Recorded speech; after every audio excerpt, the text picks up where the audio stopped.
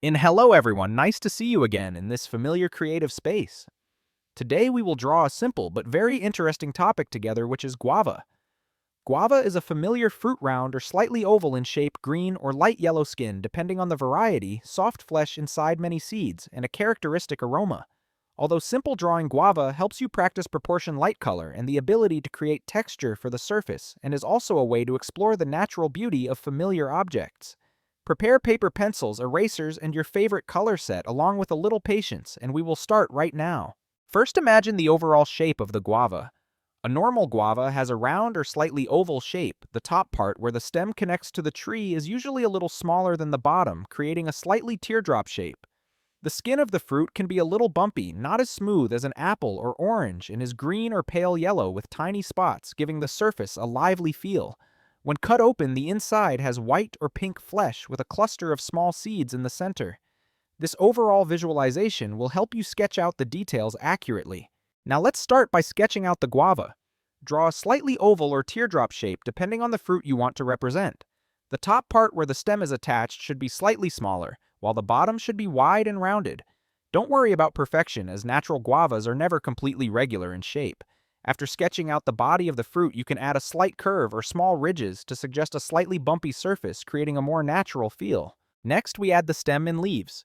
The stem is usually short and slightly curved. You can draw a small cylinder tilted slightly to one side. The guava leaves are long, pointed at the tip with prominent veins. Draw the middle line of the leaf first, then add the secondary veins running parallel to the sides, paying attention to the slightly curved veins following the shape of the leaf. You can add a few other small leaves around to create a lively composition, or leave the fruit simple depending on the style you want. Once the overall shape is clear, we move on to creating the surface texture of the guava. The fruit's skin is not completely smooth. There are small spots and slight ripples. You use dots, small curves, to evoke that. The stem and the place where the leaves contact the fruit should have a slight shadow to show depth and contact between objects. This is an important step to make the guava look natural, not flat and lifeless. Now it's time to emphasize the overall outline. Basically, the guava is round, but the outline should not be too hard.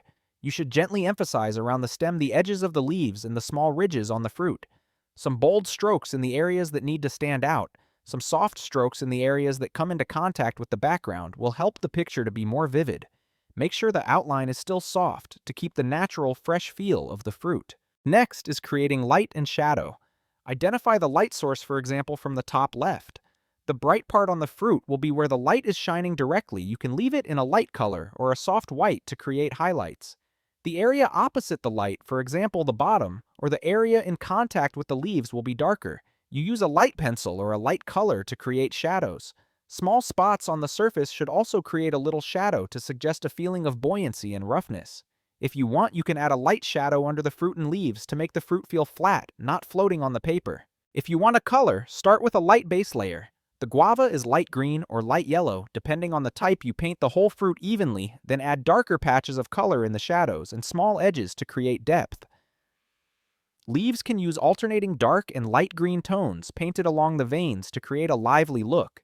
The fruit stem can be brown or light brown, adding a little bit of shadow to evoke a sense of roundness and natural connection with the fruit. Don't forget to keep the highlight on the fruit to make the painting look fresh and realistic. After the color and shadow are okay, look at the whole painting. Check the proportions of the fruit, the position of the stem and leaves, whether the light and shadow areas are reasonable, and whether the small details on the surface of the fruit are natural. You can adjust a few more strokes, add more highlights, or soften the hard lines to make the painting more balanced. A few small details can make a big difference, making the guava more vivid and attractive. And finally, take a moment to enjoy the results. From your initial sketches, you have transformed them into a round, natural, and lively guava with soft, light, harmonious colors and small details that highlight the authenticity. Each artist will have their own way of expressing, and it is that difference that makes art interesting.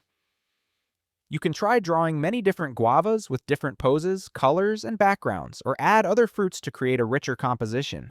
The important thing is to enjoy the creative process and feel the joy of each stroke. Thank you for joining me on this creative journey today. I hope you had fun, learned new skills, and found inspiration to continue drawing. See you in the next tutorials, where we will explore more interesting topics and practice your observation color and manual dexterity. Have a happy, energetic, and creative day. And before ending today's drawing session, take a moment to look back at your work. From the initial sketches, you have created a round, vibrant guava with harmonious colors and natural details on the surface. The important thing is not perfection, but the feeling that you have personally built each line, each layer of color, each highlight on the guava. Each artist will have their own way of expression, and that is the special beauty of art.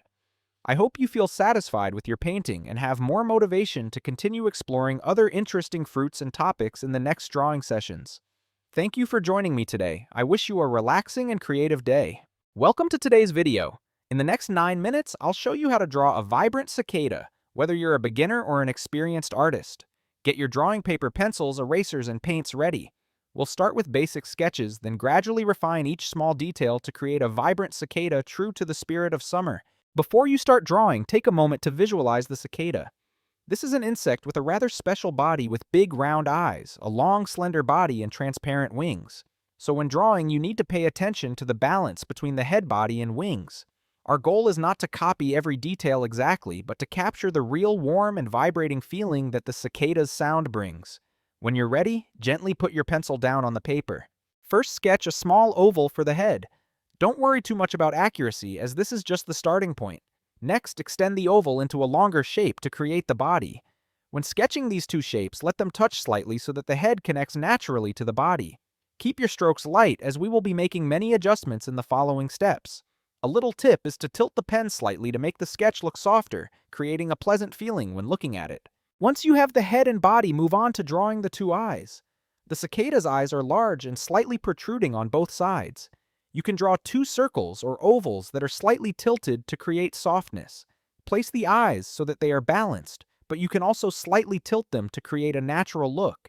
In the center of each eye, add a smaller circle which will be the highlight later. Keep this part unshaded to create a shimmering look, making the cicada's eyes more lively. Next, draw the mouth. The mouth of the cicada is not too obvious, but looks like a small streak in the middle of the head. You just need to draw a slightly curved line. Then from the head down to the body, you can sketch a few more light curves to create the illusion of body segmentation.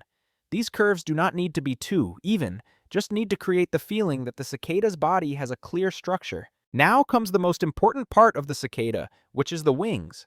Imagine the cicada's wings as two transparent, fragile, and beautiful leaves.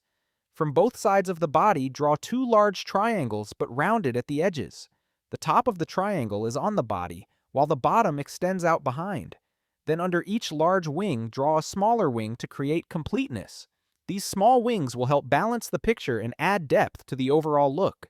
When sketching the wings, keep your hand relaxed. Do not use too much force so that the lines look soft and graceful.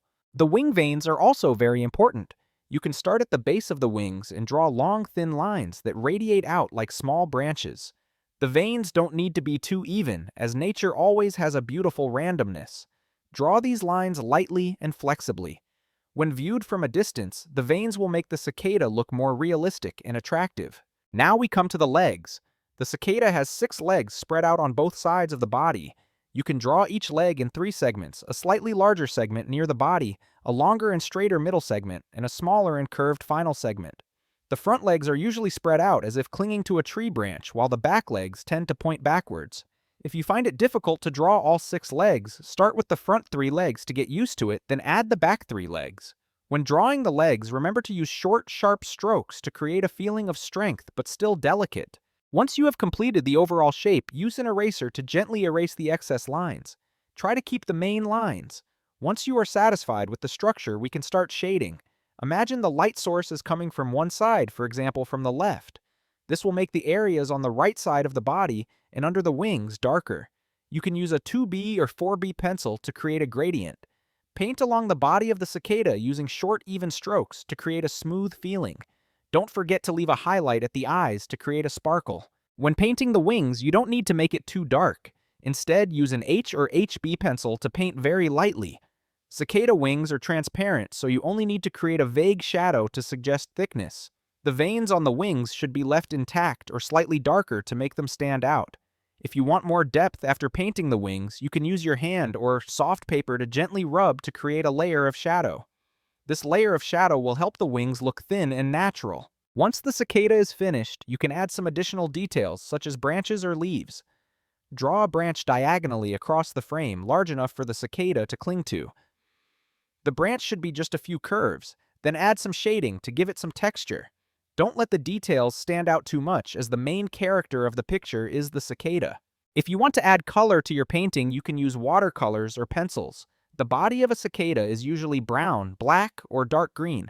Apply the paint in thin layers first, then gradually darken it to create depth. For the wings, you should only add a little yellow or light green at the base. Avoid painting too much to maintain transparency. If using watercolors, adjust the amount of water to avoid blurring the details. When finished, take a few seconds to admire your work. You may realize that although cicadas are small insects, their shape and structure are very interesting. Each curve, each small detail brings its own feeling. Drawing cicadas is not just drawing an animal, but also a way for us to capture the sounds of summer, the bustle of sunny days. If this is your first time drawing cicadas, don't worry too much if the painting is not perfect. Drawing is a journey, not a destination. Every time you pick up a pen, you gain a better understanding of how to see, how to feel, and how to express. Keep practicing, try different styles, or draw richer contexts. And if you like this video, I'd love to accompany you on your next drawing. Thank you for watching until the end of the video. Have a creative and inspiring day. See you in the next drawing tutorial videos.